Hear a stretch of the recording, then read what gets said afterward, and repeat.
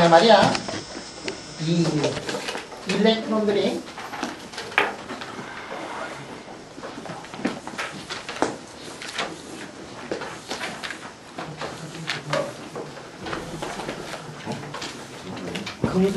금속 안에 있을 때 일렉트론들이 금속 안에 있을 때 어떤 일이 벌어지는가 하는 거를 잠시 얘기를 했었어요. 그때 이제 우리가 어떤 모델을 했느냐 하면 프리 일렉트론 모델이라는 거를 이제 도입을 했는데 그 프리 일렉트론 모델이라는 거를 도입하고 거기에다가 만약에 이 통계 물리학에서 페르미 디락 통계 물리를 우리가 적용을 하면 금속에서 나오는 웬만한 중요한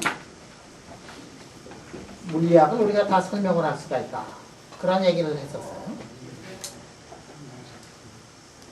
굉장히 아주 쇼킹한 건데 왜냐하면 우리가 지금 얘기하고 있는 이 간단한 물리학이 상당히 오랫동안 풀리지 않았던 그런 미스테리였어요.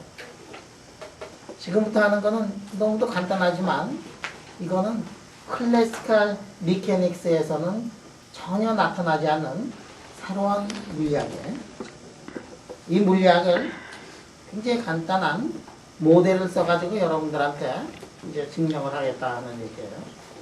이거는 클래시컬 미케닉스에서는 전혀 접근할 수 없는 그러한 문제다. 양자역학으로만 이게 이제 풀린다 하는 얘기예요.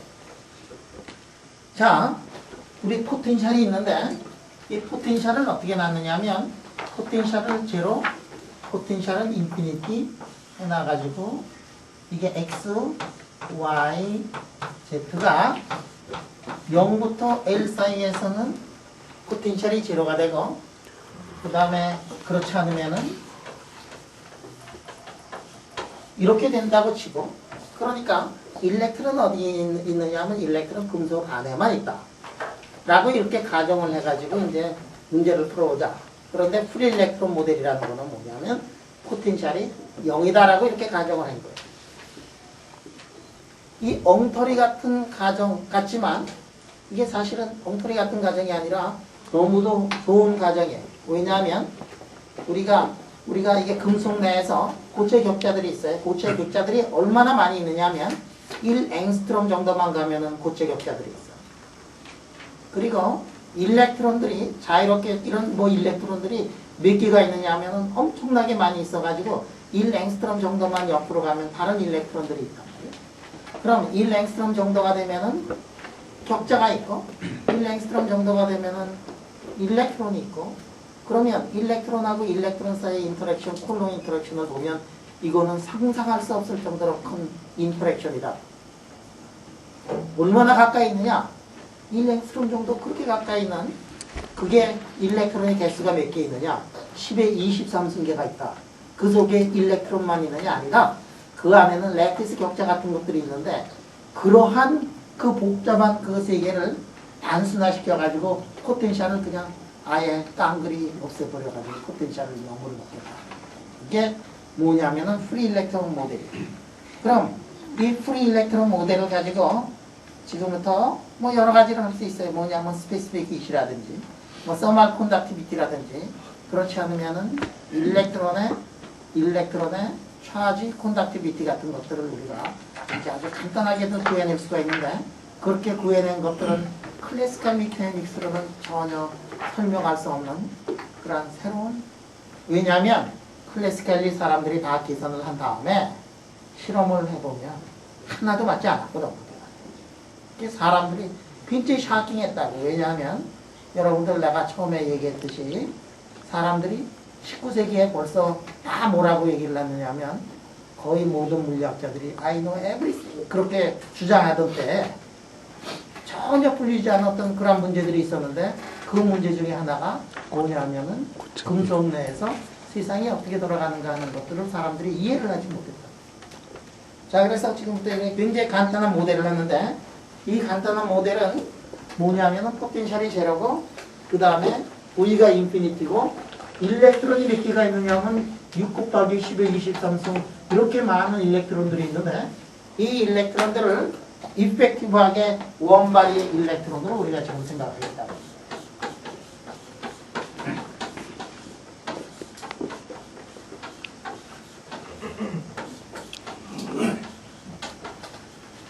이 신기해. 1023승계가 있는데도 불구하고 말이야.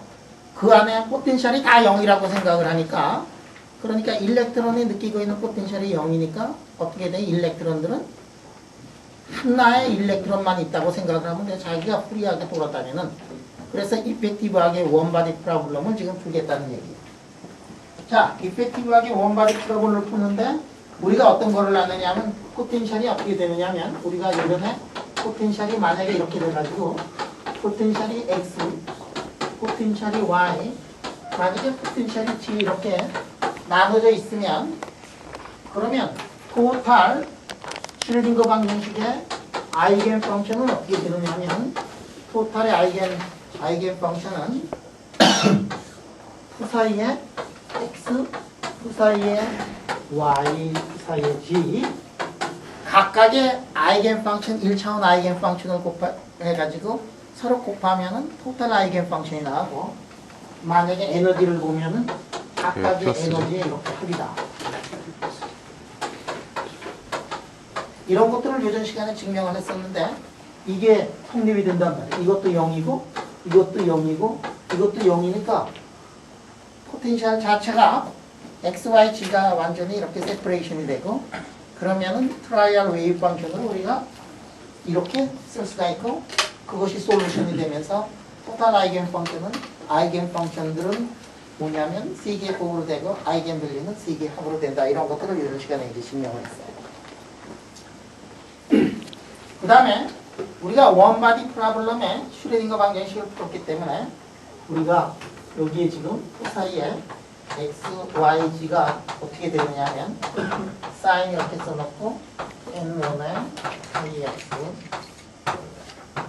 사인에 n2에 y에 사인에 n3에 g에 l 이렇게 쓴 다음에 토탈 에너지가 얼마가 되느냐면 토탈 에너지가 EM에 L 자승에다가 H 자승에 I 자승 이렇게 쓰고 그 다음에 N1의 자승, N2의 자승, N3의 자승이라고 이렇게 쓸 수 있다. 너무 간단하지? 왜냐하면 1차원 문제를 푼 다음에 베리아블이 3개가 있는데 베리아블 3개를 넣어가지고 복잡하게 풀 필요가 없이 1차원 문제를 풀고 아이겐 펑션은 서로 곱하고 아이겐 밸류는 서로 더하면 된다 하는 거를 우리가 공부를 했었습니다. 그치? 그런데 말이야 에너지를 보니까 에너지가 이 보면은 퀀텀 넘버가 있는데 퀀텀 넘버에 서로의 자승꼴로 돼 있어요. 그러니까 이게 어떻게 돼 있느냐면 N1이 제일 작은 거, N1, N2, N3가 제일 작은 거일 때는 여기가 111이 되고 이게 NX, NY, NG 좌표를 이렇게 쓰면 이렇게 그 다음에 첫 번째는 이렇게 되고 두 번째는 디제너러시가 111 이런 게 있는가 하면은 그 다음에 211이 있고 121이 있고 112가 있는 요 세 개가 어떻게 되느냐 하면은 아이겐 밸류는 같고 그런데 아이겐 펑션들이 이렇게 다른 그러니까 디제너러시가 몇 개가 되느냐 하면 세 개가 되는 거예요. 우리 기왕이면은 알고 있는 거 하자. 뭐냐면 스핀까지 한번 생각을 해보자. 스핀 이래가지고 그라운드 스테이트는 에너지가 퀀텀 넘버가 111에다가 스핀은 업하고 다운으로 될 수가 있어요. 그래서 그라운드 스테이트의 한 포인트는 몇 개의 스테이트를 나타내는 거였느냐면은 이거는 2개의 스테이트를 나타내고 있다. 스핀까지 한번 고려를 해가지고 문제를 풀어보자. 왜냐하면은 리얼 일렉트론은 스핀이 있습니다. 그러면 여러분들 이렇게 지금 그라운드 스테이트가 있어요. 그라운드 스테이트에 일렉트론이 몇 개가 있느냐면 일렉트론이 이제 2개가 있어요. 그래서 그라운드 스테이트에 일렉트론이 이렇게 쌓이기 시작. 그런데 우리가 파울리 익스클루전 프린시플을 안다고 치고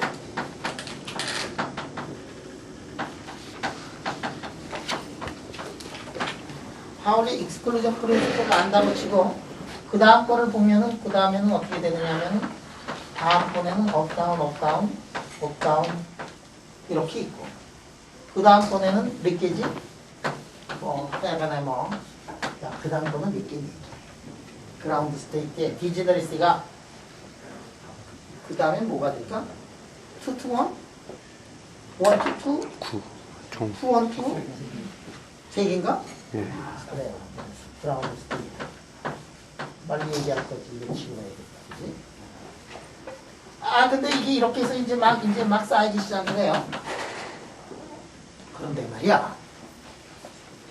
그런데 클래시컬 미케닉스에서는 어떻게 되느냐? 온도가 낮으면 모든 놈이 다 그라운드 스테이트에 다 들어가 있을 텐데.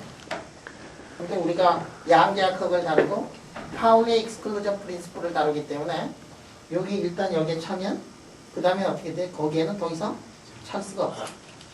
그래서 그 다음에 이렇게 차고 그 다음에 또 차고 또 차고 해가지고 그래서 그거를 우리가 그려보면 그 그린 게 말이야 여러분들 이 그린 게 어디에 나오느냐면 키트 책 뭐 이런 거 고체 물리책에 보면 이거를 어떻게 그렸느냐 하면 이렇게 그려놓고 이렇게 그려놔요. 이렇게 그려놓고 그 다음에 어디까지 찾느냐 일렉트론이 여기까지 찾더라. 그래서 이 안에 일렉트론들이 이렇게 아래부터 이렇게 찾더라. 뭐 이런 것들을 이제 본 적이 있을 거예요, 그죠? 안 봤나? 그러면 이게 무슨 의미를 가지고 있는가를 지금부터 한번 하도록 하자. 일렉트론이 여기 차고 여기 차고 여기 차고 여기 차고 해가지고 일렉트론이 지금 몇 개가 있니? 지금 이렇게 해가지고 일렉트론이 몇 개가 있느냐면 말이야 여기 차고 여기 차고 고기 차고 뭐 고기 차고 뭐 해가지고 이렇게 해서 이쪽으로 가면은 이제 디제너리스가 엄청나게 이제 많이 뽑고 그지? 이렇게 하고 이렇게 하고 이렇게 해가지고 수없이 많은 디제너리스가 이렇게 있을 거예요. 여기는 디제너리스가 얼마 안 되고 여기는 이제 디제너리스가 굉장히 많아가지고 이거 차곡차곡 이렇게 이제 쌓이게 차곡차곡 이렇게 뭐 이렇게 쌓일 거다. 그런데 이게 몇 개가 쌓이느냐 하면은 쌓이는 개수가 11, 23, 4가 여기 쌓입니다. 그러면 이게 어떻게 되느냐? 차곡차곡 쌓이니까 이놈이 이게 차곡차곡 쌓이니까 이 길이가 얼마가 되겠어? 이 길이가 상당히 커질 거야. 그래가지고 이 에너지 축인데 말이지. 에너지 축인데 이 길이가 이제 상당히 커지니까 그거를 이렇게 차곡차곡 쌓아가지고 마지막까지 가면은 금속에서 이 에너지 정도가 얼마가 되느냐면은 아주 대개 11일렉트론 볼트 정도가 돼요. 그거 지금 페르미 레벨, 페르미 에너지라는 건데 페르미 에너지를 지금 간단하게 여러분들한테 구할 거예요. 저게 11일렉트론 볼트 정도가 돼요. 11일렉트론 볼트는 어느 정도냐? 엄청나게 뜨거운 온도라. 여러분들 룸 템퍼레처가 몇 일렉트론 볼트가 되지? 룸템 300도가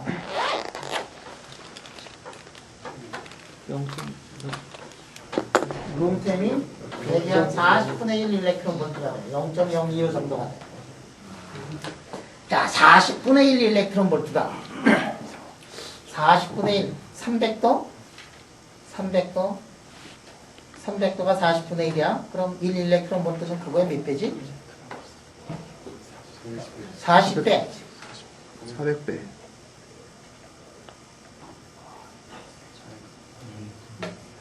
1 일렉트론 볼트는 40배. 10 일렉트론 볼트는 400배.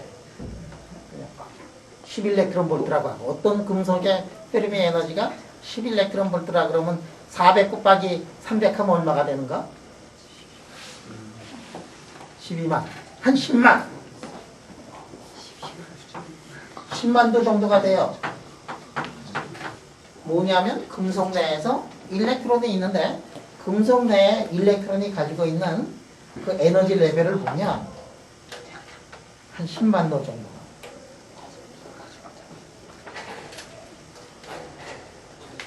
안경테 이거 여기 말이야. 요 안에 일렉트론들이 딱 있는데 이 안에 있는 일렉트론들의 평균 카이네틱 에너지가 얼마가 되느냐 하면 10만 도가 된다. 왜 이렇게 일렉트론들의 온도가 높으냐? 여러분들 주위의 온도가 얼마지?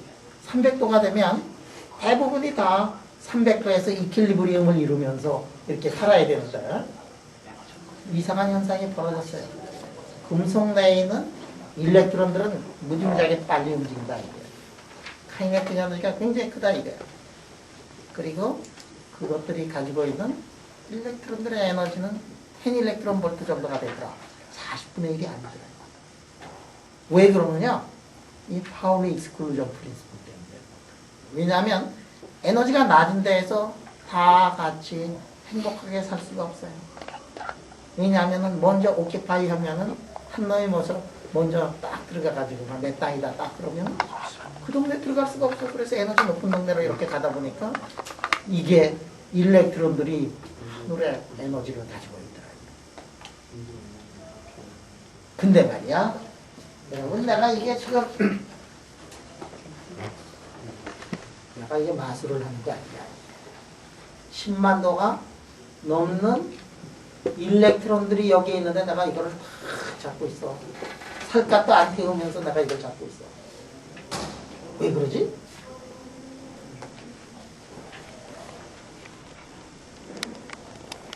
이게 무슨 뜻일까?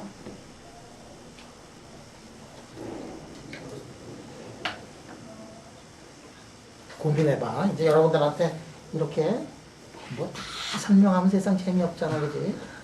지네들도 좀 가서 고민도 해보고 말이지. 머리도 굴려보고 그래야 될 거예요. 지금 질문이 뭐냐면 이 안에 일렉트론들이 이렇게 높은 에너지를 가지고 있는데 그 높은 에너지를 가지고 있는 것이 우리 실생활에 도대체 어떤 의미를 가지고 있는가 하는 거를 한번 고민을 한번 해봐야 된다 이게. 자, 그럼 일단 과연 이 페르미 에너지가 이 서브랄 일렉트론 볼트 정도, 티피컬한 메탈에서는 서브랄 일렉트론 볼트 정도가 되는데 왜 페르미 에너지가 이렇게 서브랄 일렉트론 볼트가 되는가 하는 것들을 한번 계산을 한번 해보자. 근데 계산하기 전에 적어도 이게 높다는 거는 우리가 알 수 있을 거예요. 왜냐하면 차곡차곡 쌓이다 보면 10의 23승계를 차곡차곡 쌓이게 하면은 진짜로 그 맨 마지막에 거는 진짜 높을 거다 이게. 그러니까 우리 이제 대학원 오랄 시험 볼 때 내가 이제 단골로 물어보던데 페르미 에너지가 되게 어느 정도가 되지? 다들 갑자기 꿀먹은 오랄 시험에서 룸템이 어느 정도가 되지? 다시 한번 꿀먹은 해가지고 아니 내가 많이 물어봤어.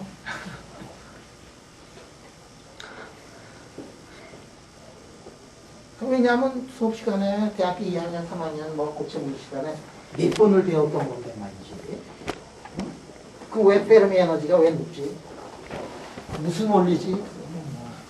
파울리 익스클루전 프린시플이야. 그럼 되는 거야 이제. 자, 그러면 페르미 에너지를 한번 계산하는 방법을 보자.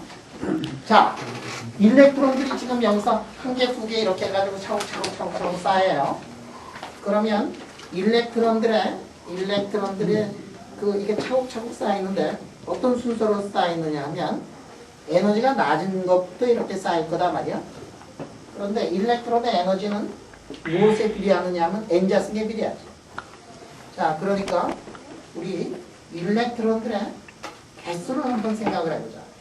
이 안에 10의 23승계가 있었다 그러면 토탈 일렉트론의 개수 10의 23승계는 어떻게 되느냐 하면 2에다가 8분의 1에다가 3분의 4에 8의 R3입니다. 응?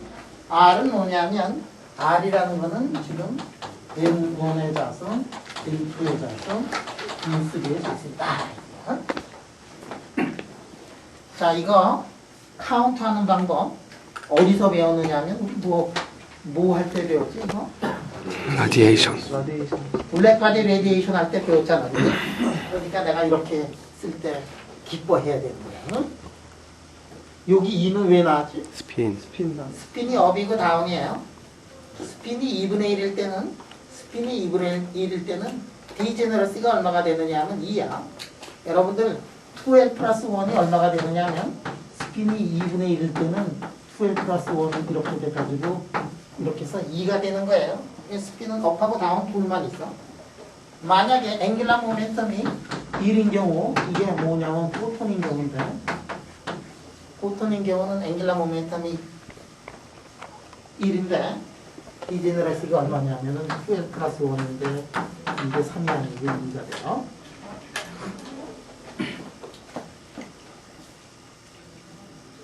포톤만 그래, 포톤만. 포톤의 토탈 앵귤라 모멘텀은 1이지만 포톤의 디제너러시는 3이 아니고 2예요. 일렉트론인 경우에는 앵귤라 모멘텀 1이면 디제너러시가 3이 나와야 되는데 포톤인 경우는 3이 아니고 2가 나와. 포톤은 어떻게 되느냐면 두 가지 디그리 오브 프리덤밖에 없어. right circularly polarized, left circularly polarized 이렇게 돼 있어요. 하나의 디그리 오브 프리덤이 잡혀 먹었어. 어디에 잡혀 먹었느냐? 우주에 잡혀 먹었어. 그래서 디제너러시가 포톤도 2였어요. 그때 우리 2라고 썼었잖아요. 네. 포톤은 그렇다고 앵귤라 모멘텀이 2분의 1인 페르미온인 파티클이냐? 그게 아니에요. 포톤은 오저릭 파티클이야. 그래서 파울리 익스클루전 프린시플이 작용을 하지 않는 게 뭐냐면 포톤이에요. 포톤은 우리가 다룰 때에는 이 스타티스틱스를 쓰지 않았어. 그때는 다른 스타티스틱스를 썼어요.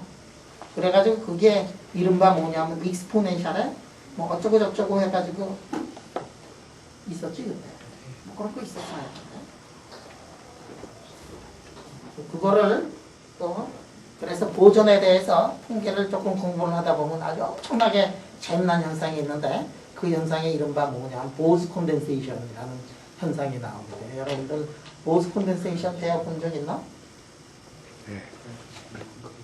그라운드 스테이트에 무한히 많이 들어갈 수가 있어요.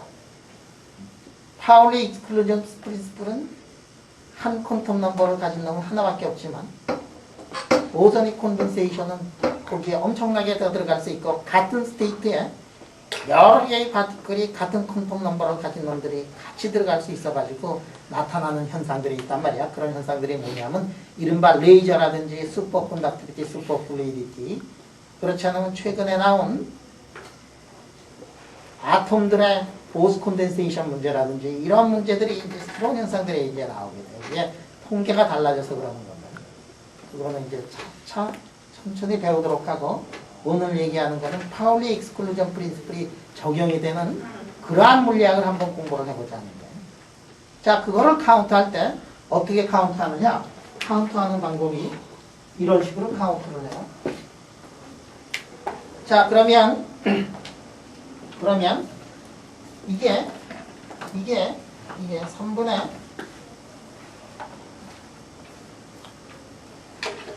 자, 그 다음에 여러분들 이렇게 보면 자, nx, ny, ng가 있어. nx, ny, ng가 있어.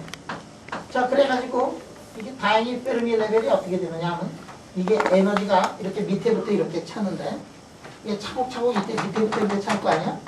그래가지고 어디까지 차느냐 하면은 이 맨 꼭대기까지 이렇게 차게 되고 그때 이 거리를 우리가 라지 R이라고 하면 그 거리를 라지 R이라 그러면은 라지 R에 해당하고 있는 에너지가 무슨 에너지냐면 그 이름도 유명한 그게 페르미 에너지예요.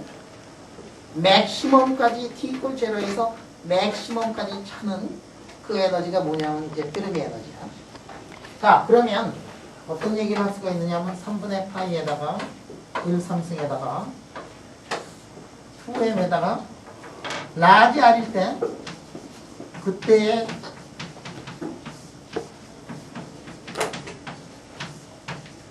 이렇게 쓸 수가 있어. 이게 라지 R이 될 때 그때 에너지가 뭐가 되느냐 하면 그때 에너지가 이른바 페르미 에너지. 맥시멈이 되는 그 거리를 R이라고 하면 그 R에 해당하고 있는 에너지가 뭐냐면 페르미 에너지니까 R 자승은 뭐에 비례해요? 페르미 에너지에 비례하고 R은 페르미 에너지의 루트에 비례하게 되고 따라서 어떻게 되느냐 하면 페르미 에너지의 2분의 3승에 비례하게 된다는 그 얘기죠. 자, 그래서 토탈 넘버가 일렉트론의 개수하고 페르미 레벨 사이에는 이러한 관계식을 가지고 있고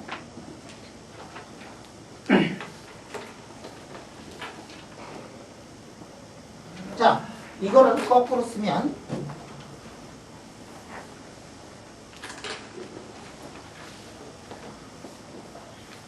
자, 이거를 거꾸로 쓰면 페르미 에너지는 어떻게 되느냐?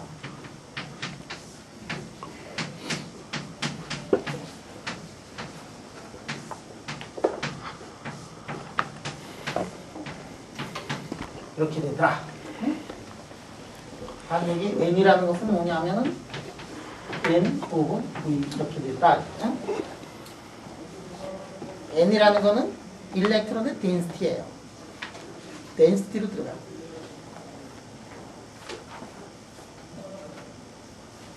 티피컬 메탈에서 페르미 에너지는 얼마가 되느냐면 5부터 10일렉트론 볼트가 돼요.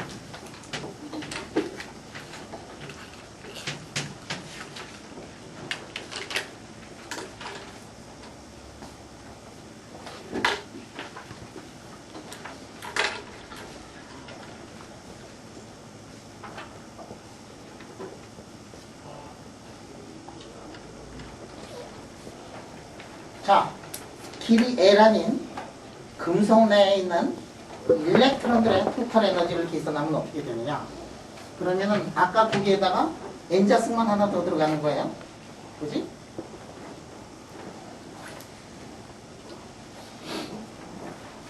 자, 아까는 이거 계산했었지? 그러면 에너지를 토탈 넘버를 계산할 때는 이거 계산한 거거든. D3승에 그 다음에 만약에 에너지를 계산하고 싶으면 여기다가 2를 해가지고 썸메이션을 하면 된다 이거야. 자, 이거를 하면은 얼마가 되느냐면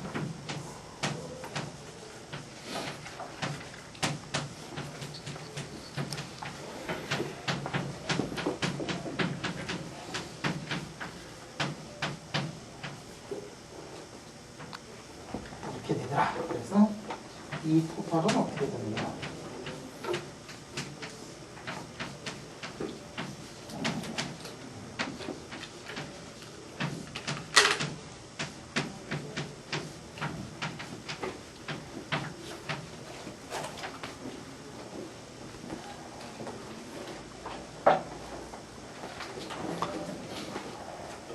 자, 여기에 굉장히 그 재미난 여러 가지 이슈들이 있는데 이 양적한 시간이라 가지고 고체물리 시간이 아니라서 그냥 넘어가요.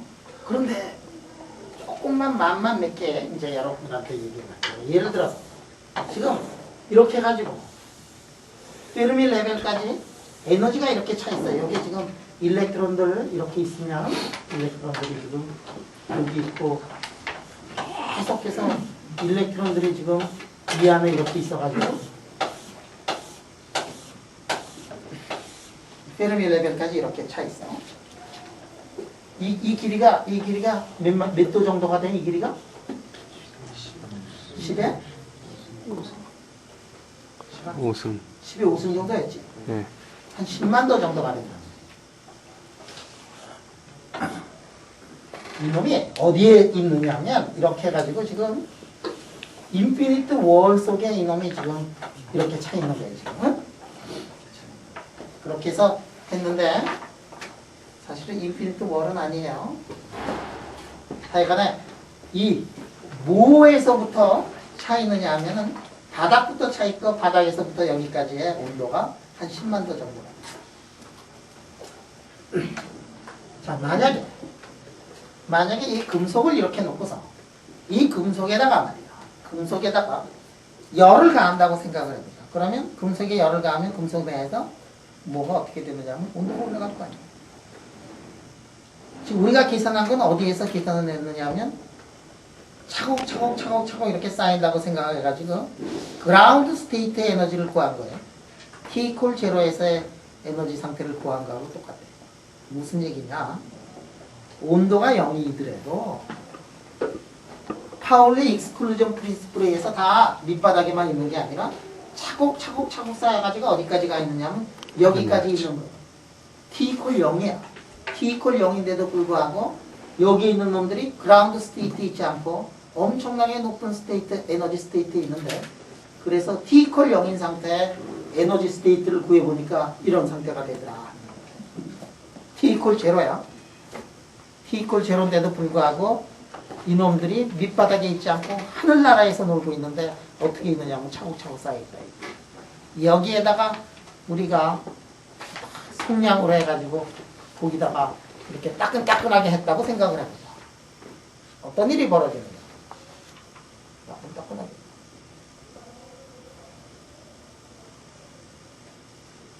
만약에 이거를 끓는 물 속에다가 금속을 넣었다. 어떤 일이 벌어지느냐.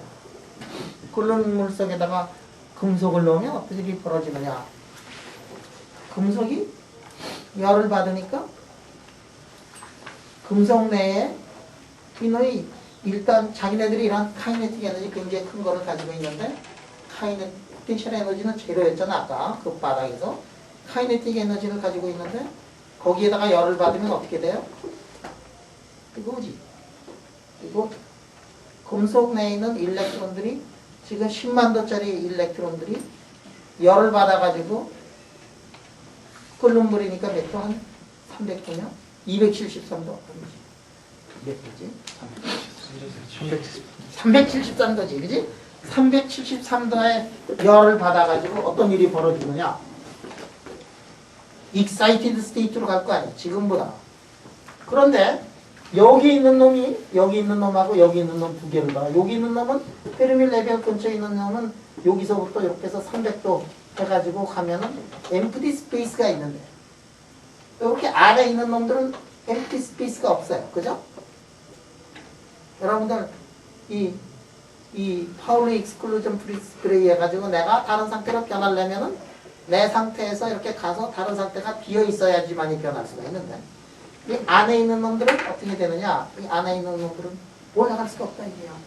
왜냐? 먼저 선배들이 다 처리해 놓고서 땅땅 먹기 다 해놨습니다. 열을 가하면 어떤 일이 벌어지느냐 하면 이게 몇 도? 이게 10만 도.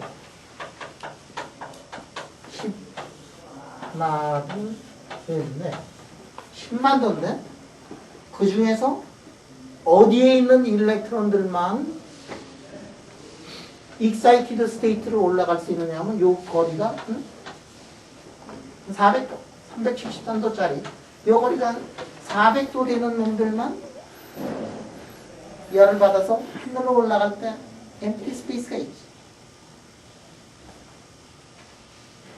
그래서 이 많은 일렉트론 중에서 한 요 정도에 해당하는 놈들만 익사이티드가 된다.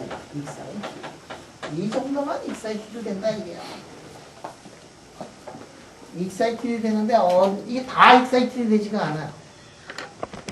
그런데 이 파울리 익스클루전 프린시플이라는 것이 없었던 클래시컬 미케닉스에서는 열을 가하면 저 안에 아보가드로 숫자만큼의 파티클이 있는데 거기다 열을 가하면 모든 입자들이 열을 받아가지고 다 올라가잖아요, 에너지가. 그러니까 금속의 스페시픽 기술 재보면 클래시컬 미케닉스에서 뉴턴의 방정식을 써가지고 통계물리학, 볼츠만 통계물리학을 가지고도 저거를 풀어보면 안 맞는다. 왜 안 맞아? 거기에는 파울리 익스클루전 프린시플이 없어서 영향을 받고 있는 일렉트론은 모든 일렉트론이 다 영향을 받고 있고, 그런데 실제 자연에서는 어떻게 되느냐면 한 100분의 1 정도만, 100분의 1도 안 되는 것만 영향을 받고 99.5%는 영향을 안 받는다. 그런데 그러니까 사람들이 굉장히 놀랬지. 왜 놀랐어요? 볼츠만 스타티스티크가 만족이 안 되니까. 그게 그렇게 잘 만족이 된다고 생각을 해가지고 볼츠만 전에 열역학이 있었고 그 열역학을 이해를 하기 위해 가지고 볼츠만이 통계물리학이라는 것을 만들어냈고 그 통계물리학을 사람들이 인정을 안 해가지고 그 괴로워하다가 어느 날 자기 자신도 보니까 뭔가가 잘못된 것 같아가지고 볼츠만이 어느 날 자살을 했잖아요. 볼츠만이 어디서 자살을 하느냐면 볼츠만이 자살한 동네는 이렇게 돼가지고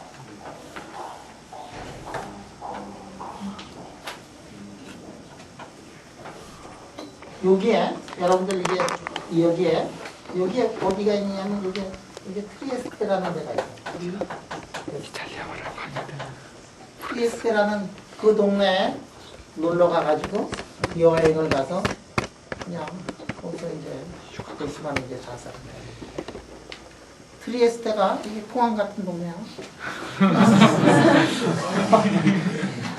트리에스테 여러분들 중에 여러분들은 물리학자니까 여러분들이 트리에스테를 갈 기회가 굉장히 많이 있어요. 트리에스테가 뭐냐면은 여기에 이론 물리 연구소가 있어요.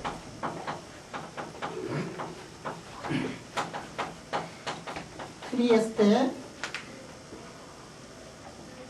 Theoretical Center for the 센터포 CTP.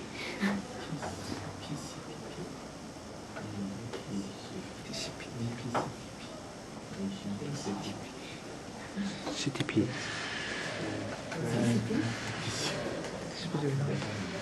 이 갑자기 이게 뭐냐면 세계에서 이론 물리학 센터를 만들어 가지고 이거 만들 때 그 살람이라는 사람이 거기에 소장이 되면서 유럽에다가 이론 물리 센터를 만들어 가지고 거기서 제3세계에 있는 사람들, 살람이 파키스탄 출신인데 제3세계에 있는 사람들을 학생들이나 젊은 학자들을 불러서 트레이닝을 시키기 위해 가지고 이걸 만들었는데 트레이닝을 시키려면은 사람들이 와서 톡도 하고 렉처도 하고 그래야 될 거 아니에요? 그래서 여기가 이제 유고슬라비아 있고 여기가 있고 아드리아 해가 있고 말이지. 그래서 여기에 휴양지에다가 이런 물리학을 만들었어요. 근데 여기 사람들이 굉장히 많이 가. 매년 사람들이 여름이면은 가족들 데리고 와가지고 강의하고 휴양하고 뭐 이런 동네. 나도 이제 거기를 이제 갔어. 가는데 말이지 포항에서 서울 가서 로마에 가가지고 로마에서 기차 타면서 여기에 시골에 이제 갔더니 세상에 그렇게 좋을 수가 없어. 우리나라도 그 세계 사람들이 다 와서 막 계속 강의해주고 그러니까 얼마나 좋으냐. 그래서 우리나라도 이런 게 있었으면 좋겠다 생각했는데 이 앞에 있는 건물이 그 건물이 아시아에서 만든 게 뭐냐면 이 건물이에요. 그래서 APCTP 그거는 내가 확실히 안다. 우리 학교에 있는 거. Asia Pacific Center for the Theoretical Physics 이거를 서울에다가 이게 만들었는데 서울에서 운영이 잘 안 돼가지고 그냥 복잡하잖아. 물리를 공부하려면 조용한 곳이 필요한 거야. 그래서 물색을 하다 보니까 우리나라에 조용하고 바다 근처가 어디 있냐?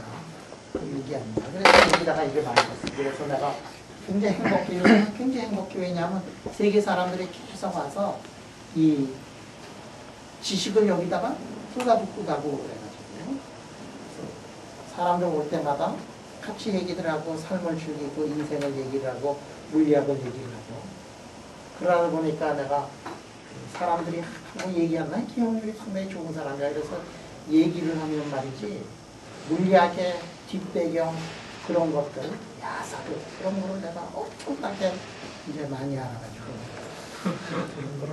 그런 거를 내가 기억력이 좋아가지고 언젠가 글을 하나 쓸까 봐요. 수백 페이지, 수백 권의 글이 나올지도 몰라요. 별의별 얘기들이 다 있어. 물리학에 보면은 랑제빈 같은 사람들은 여러분들 랑제빈의 이퀘이션 배웠는가? 통계에서? 랑제빈 같은 사람들의 그 뒷이야기들, 그 사람이 물리학자지만은 무정부주의자래 가지고 파리의 경찰한테 쫓기면서 도망치다가 튀어들어간 게 누구냐면은 큐리 부인의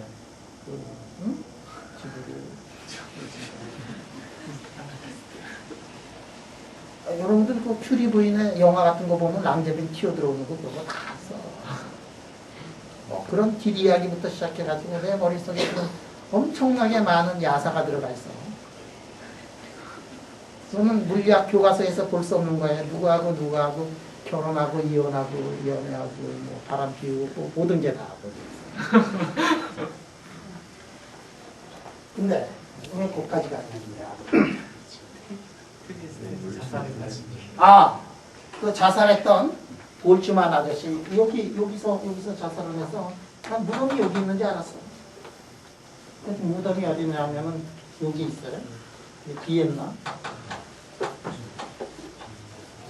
비엔나에 가면은 공동묘지가 있어. 비엔나 공동묘지를 가면 여러분들이 비엔나를 가면 꼭 가야 될 때가 있어. 이게 어디냐면은 비엔나의 공동묘지를 가요. 비엔나라는 것도 물리학에서 엄청난 비엔나는 여러분들 슈레딩거도 비엔나 출신이고 슈레딩거 방정식도 비엔나에서 나왔고 볼츠만도 비엔나 사람이고 그리고 비엔나를 가면 비엔나에는 비엔나 중앙 묘지가 있는데 거기에 누구의 무덤이 있어요? 볼츠만. 볼츠만은 내가 얘기했고 볼츠만 무덤이 거기 있어. 슈레딩거. 그러면 베토벤의 무덤이 있고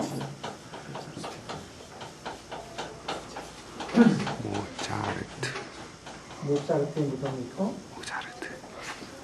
그럼 여러분이 알고 있는 음악가들 때 슈베르트 무덤이 거기 있어요. 같이 있어. 슈베르트의 무덤은 슈베르트의 무덤, 베토벤 무덤, 그 다음에 요한 스트라스,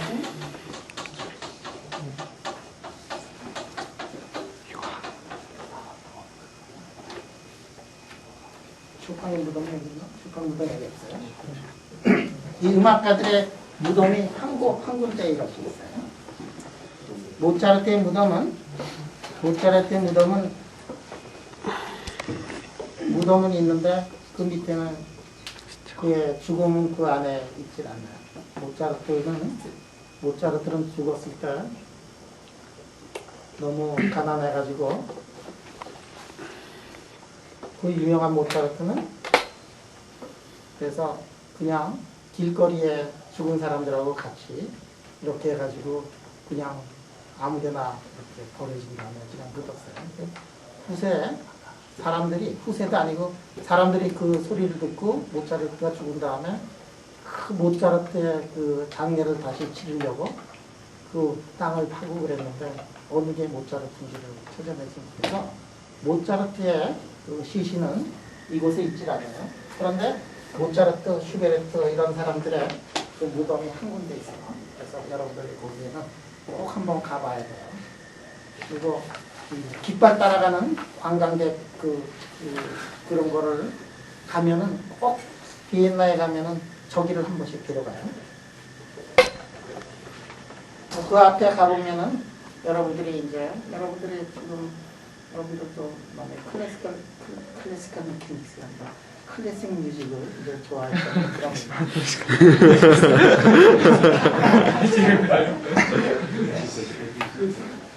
나도 젊었을 때 말이야. 나도 클래식 뮤직을 엄청나게 좋아해가지고 내가 대학교 1학년 때는 대학교 1학년 때 겨울방학에는 이제 우리 옛날에는 뭐 이런 팡 같은 것들이 별로 없잖아. 가난하니까. 근데 이제 서울에 가면은 명동에 가면은 거기에 필하모니라는 음악 감상실이 있어요. 거기 가서 이제 쪽지를 써서 주면은 거기서 이제 음악을 이제 틀어줘요. 근데 겨울방학 한 달 내내 점심때 정도에 가가지고 거기 가서 입장료 내고 다 들어가가지고 아침은 아니고 점심부터 밤 9시 눈 닫을 때까지 그냥 끝까지 이제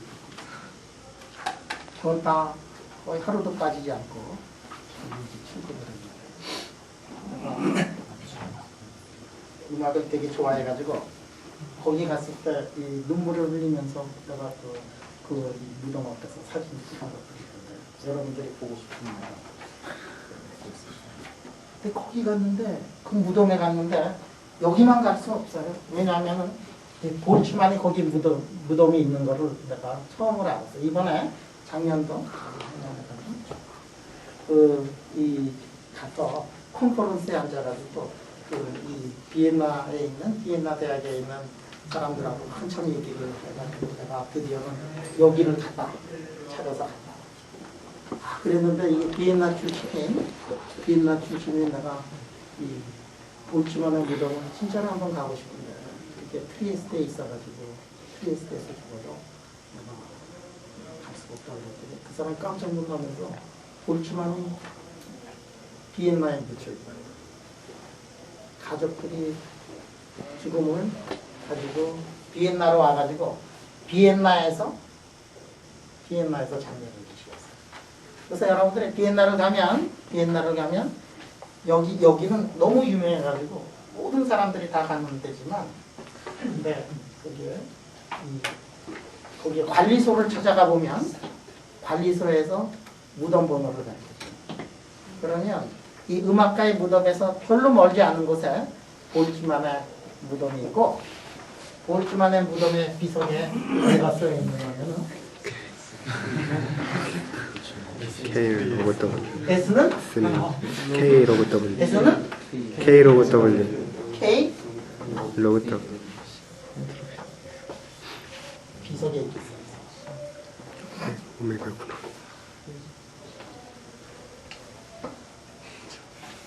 여러분들 중에 여러 사람들이 일생을 통계 물리를 공부를 하는 그런 사람들이 있을 거예요. 많을 거야. 이게 일생을 통계 물리를 아예 통계 물리를 전공을 하는 사람이거나 거의 대부분 사람들이 통계 물리를 이제 굉장히 많이 쓸 거란 말이에요. 그런 사람들은 이게 볼츠만을 이제 피해갈 수가 없을 거예요. 그래서 통계 물리학을 하는 우리 이 성우경 교수, 통계 물리학을 하는 성우경 교수가 그 비엔나에 탁 내려가지고 택시를 탁 잡은 다음에 택시 운전수 앞에 볼츠만의 무덤을 갑시다. 택시 운전수가 볼츠만이 누군지 알겠느냐.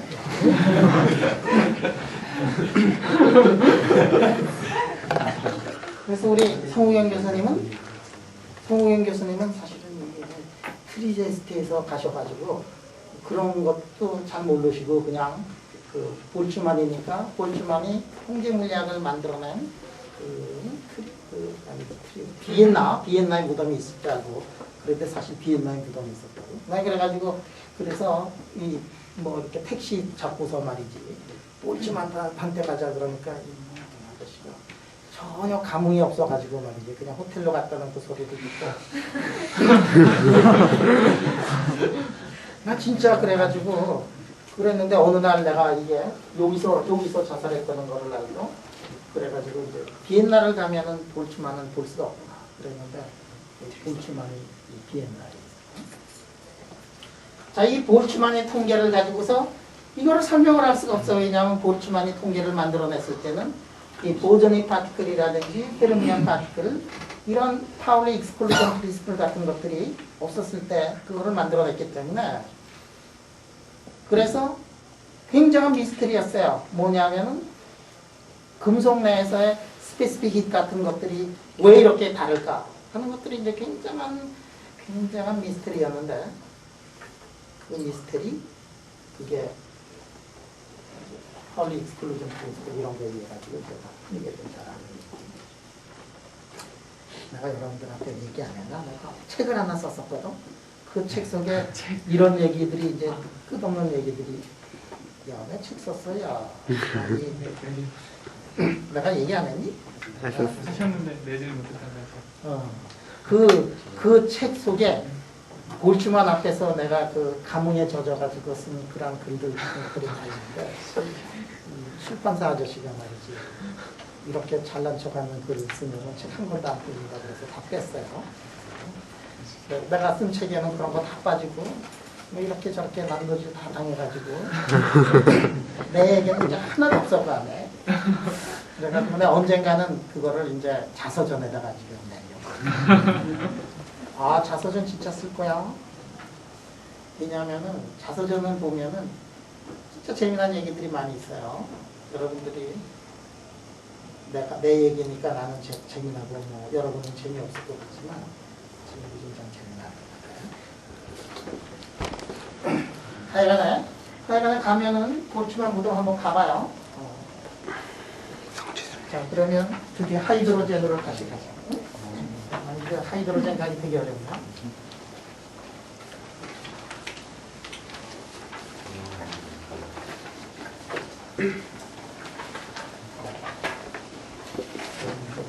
자, 프리 일렉트론 모델 이것만 오늘 알아도 아주 큰 대성공이야. 자, 우리 이번 학기에 어디까지 하려고 그랬느냐면 하이드로젠까지 하려고 그랬는데 요즘에 조금 이게 진도를 빨리 했더니 하이드로젠을 당연히 다 끝낼 수 있을 정도 같았어요. 그래서 오늘 말고 이제 2시간 더 할 거야. 2시간 더 하면 수업은 끝나고 연습 시간에도 수업을 했기 때문에 그 다음에 수업 시간에 이제 연습하면서 자, 하이드로젠 아톰을 한번 다시 써보자.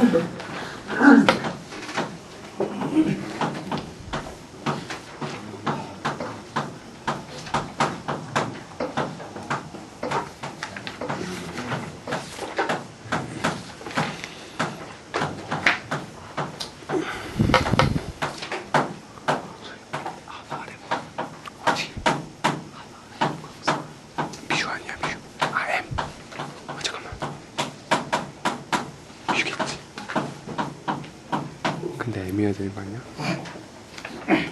자, 이거를 이제 풀어야 되는데 이거의 트라이얼 솔루션으로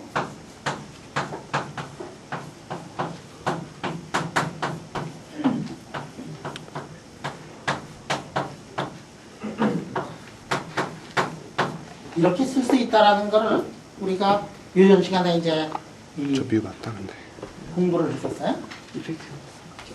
자, 왜 여기서 말이야 이 어려운 미분 방정식인데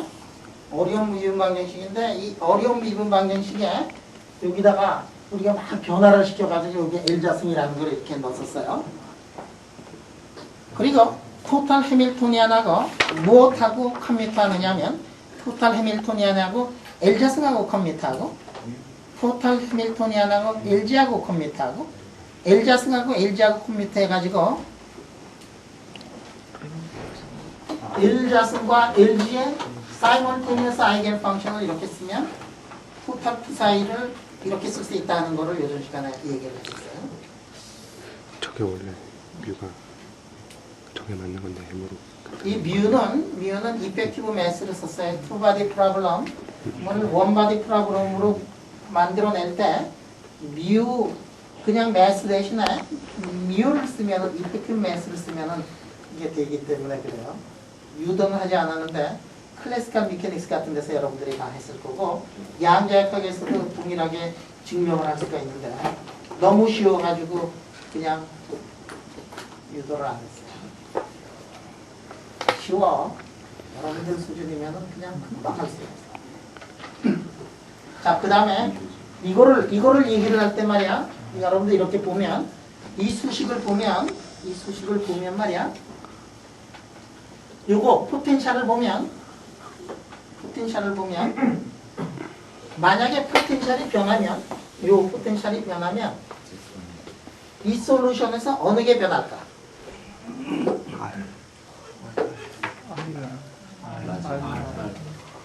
이것만 변하지. 이거는 변하질 않아요. 이게 기가 막힌 거예요. 이게 포텐셜이 변하면 아이겐 펑션에서 한 부분만 변하고 다른 부분은 변하지 않고, 물론 아이겐 밸류는 이제 변할 수가 있어요. 그럼 포텐셜을 만약에 우리가 포텐셜을 0으로 만들어 버리면, 그리고 2도 0으로 만들어 버리면 저 수식이 뭐가 되느냐면, 저 수식은 라플라스 수식이 되고, 우리 라플라스 수식에서 YLM이라는 걸 배웠기 때문에 여기서 나오는 YLM이라는 거는 라플라스 방정식의 솔루션 중에서 세타하고 파이에 관계되는 그거다, 이런 걸 우리가 알 수가 있어요. 그러고 나니까 이 솔루션을 구할 때 우리가 상당히 많은 것들을 구했다. 어떤 거를 구했느냐 하면, 이거는 아까 세타 파이의 함수인데, 세타하고 파이에 관한 아이겐 펑션들을 우리가 구해냈으니까 이거를 여기다 넣으면 요것만 우리가 구해낼 수 있는 원바디 이펙티브 원 디멘셔널 디퍼런셜 이퀘이션으로 변할 거다. 베리어블이 3개짜리를 2개를 한꺼번에 킬링해버리고 하나만 가지고 이제 문제를 푼다는 뜻입니다. 그래서 사실은 슈레딩거 방정식의 솔리드 아톰에 하이드로젠 아톰에 이 문제를 푸는 게 사실은 풀어놓고 보니까 무지무지하게 쉬운 문제였다. 슈레딩거는 고민 많이 했어요. 처음 풀어본다고. 수학이 참 약했나 봐, 그지? 그래서 자 이거를, 그런데 이게 아이겐 펑션도 보면 세타하고 파이에 관한 아이겐 펑션인데 거기에 2개의 퀀텀 넘버가 들어간다. 그리고 그 퀀텀 넘버 LM은 어떤 거냐? LM이라는 거는 L은 0, 1, 2, 3, 4 나가는 거고, M이라는 거는 마이너스 L부터 시작해서 L까지 가는 그런 인티지 넘버다 하는 것들을 우리가 공부를 했어요. M이라는 거는 뭐냐면은 M이라는 거는 마이너스 1, 0, 1 뭐 이런 넘버. 그래서 이거를 넣고서 이제 슈레딩거 방정식을 지금부터 풀도록 합니다. 자, 그러면 이거를 말이지. 이거를 여기다 넣으면 어떻게 되느냐 하면, 요거를 넣으면 여기에서 L자승하고 P 사이를 해보면 여기서 뭐가 나오냐면 L 플러스 1에 요거 H로 자승이 이렇게 나오죠. 그러면서 요 P 사이는 다 RNL로 바꿔버리면은, 그러면은 이제 레디알 슈레딩거 방정식이 나오게 되더라. 그래서 레디알 슈레딩거 방정식, 특히 포텐셜이 쿨론 포텐셜인 경우에 어떻게 되느냐?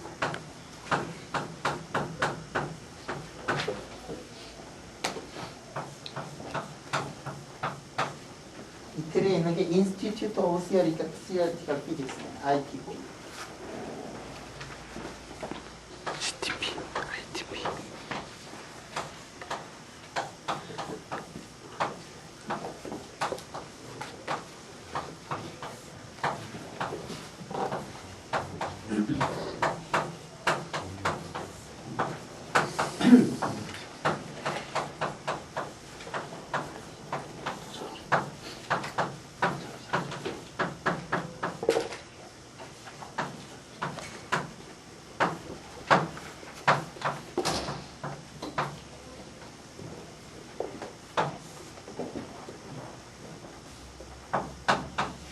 자, 이 문제는 이제 풀면 되겠다. 이 문제.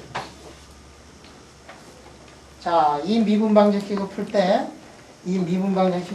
어떻게 풀어야 되느냐? 그러면 우리가 하모닉 오실레이터에서 마찬가지로 이 베리어블을 추인지시킨다 이게. 그래서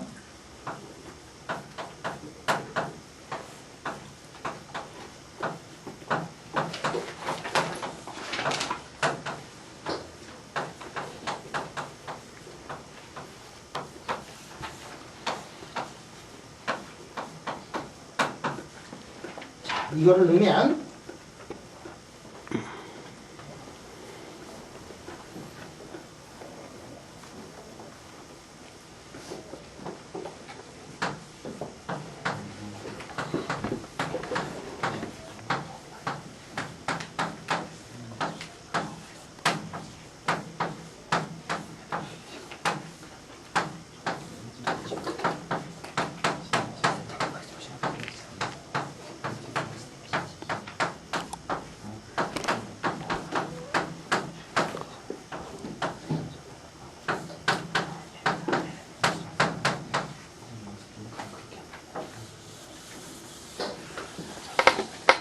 자, 이 미분 방정식을 이제 풀면 되겠다.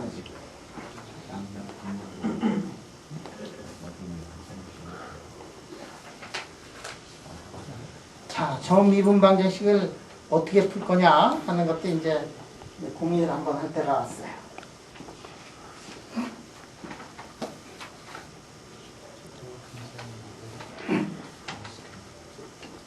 자, 우리가 하모니 오실레이터 이거 미분 방정식 풀 때 말이야. 하모니 오실레이터 미분 방정식 풀 때 우리가 했던 수법이 있어. 복잡할 때 어떻게 했었죠?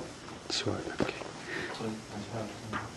이게 굉장히 복잡한 솔루션을 가지고 있는데 그럴 때 간단하게 하기 위해 가지고 어떤 항을 하나 꺼집어내고 많이 변하는 항을 하나 꺼집어내고 뭐 그런 거 했었지. 어떻게 했지? 그때 뭐냐면은 그때는 뭐 x가 굉장히 커질 때 어떤 폼이 되는가 하는 거를 해가지고 x가 커지면 이거 이렇게 되면 두 번 미분한 것이 마이너스 4분의 1은 r이 된다. 이런 함수가 뭐가 있을까? 로가 굉장히 커질 때 함수들을 다 로가 커질 때 어떻게 되지 저게?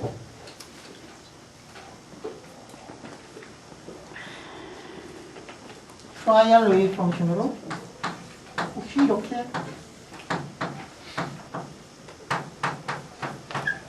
이렇게 쓸 수 있지 않을까? 그러니까 뭐냐면 로가 굉장히 커진다 그러면 이거 다 지워지고 이거 지워지고 두 번 미분했더니 마이너스 4분의 1이 나온단 말이야. 마이너스. 3번 미분할 때 2분의 1 나오고 한 번 미분할 때 2분의 1 나오고 또 한 번 미분할 때 2분의 1 나와가지고 4분의 1 맞춰주려면 그러면 요거가 제일 좋은 모양새가 되더라. 로가 커질 때 제로로 가는 리미트로 가야지만이 인테그라블 할 거 아니야? 그러니까 플러스를 넣지 않고 마이너스를 넣어가지고 익스포넨셜에 마이너스 로 오버 2 이거를 넣고 그러니까 이거는 뭐를 결정을 시켜주느냐면 로가 커지는 그 영역을 결정을 시켜주고 이거는 뭐를 결정을 시켜주느냐면 이거는 나머지 부분은 결정을 시켜주는 둘로 나눠가지고 그 다음에 H로에 관한 미분 방정식으로 바꿔가지고 풀면 세상이 훨씬 더 편해지고 아름다워지고 쉬워질 것 같다. 꼭 풀어보는 테크닉은 목요일날